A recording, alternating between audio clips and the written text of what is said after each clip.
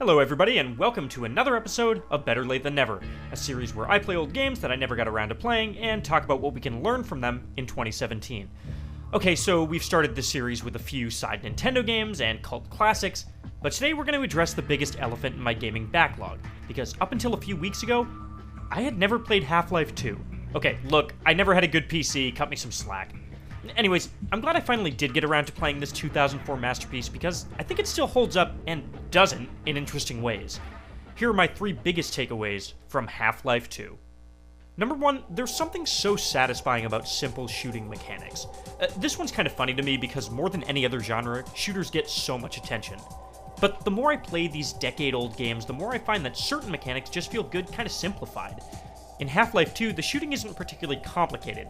In fact, it's about as point-and-shooty as you can get. But for some reason, that really works. Barreling into enemies and shooting off shotgun shells just kind of feels right. And of course, the crowbar is an incredibly satisfying melee weapon that even a child could figure out how to use. Now, this isn't to say that the shooting is better than today's more complex games. You know, Destiny has a very in-depth gunplay system with tons of small tweaks to every gun. But this era of shooters found a kind of nice sweet spot where there was no need for micromanaging. You learned what each gun did within 5 seconds of obtaining it, and you were good to go. Now, I love games like Overwatch where you're constantly learning how to use your tools every time you play it, but it felt really nice to play this FPS where I never had to stop to do a weapon tutorial. And I think that actually speaks to a larger point about games, which is that, number two, momentum is key. Or at least it is in action games. As I was playing Half-Life 2, I started drawing a few key connections between this and Mirror's Edge, another game that I explored for this series. Both of these games do an excellent job when it comes to pacing. They're fast-paced adventures that allow players to move as quickly as they want. In some way, they kind of remind me of the original Sonic games. Sonic 2 has always been one of my all-time favorites because it never holds the player back.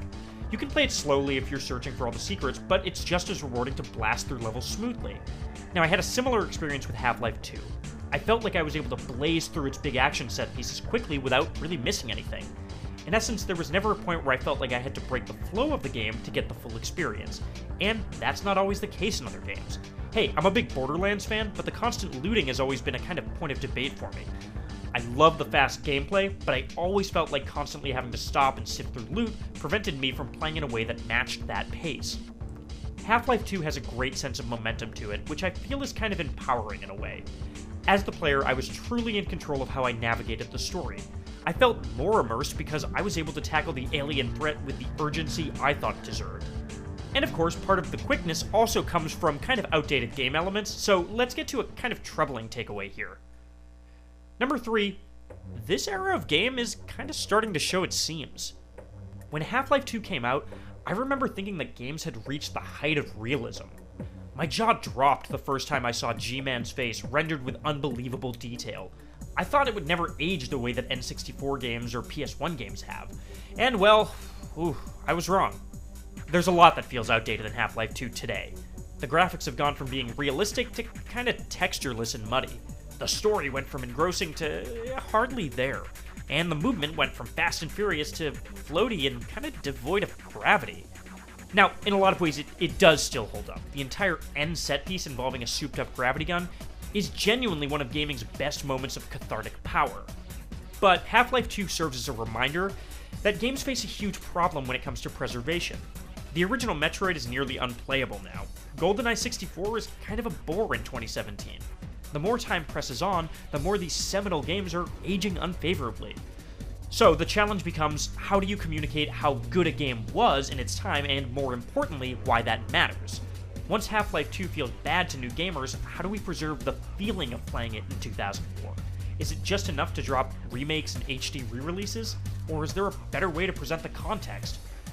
It's a mounting problem, and one that I really don't have a good answer to yet. But this project is pushing me to rethink that question, so hey, stay tuned to this channel, and we'll explore it more together. And speaking of that, what old game do you want to see me tackle next? Check my backlog list in the description and let me know in the comments. And a big thanks to Ian for picking this one. And I promise that the next episode of this will be out before Half-Life 3. See you next time.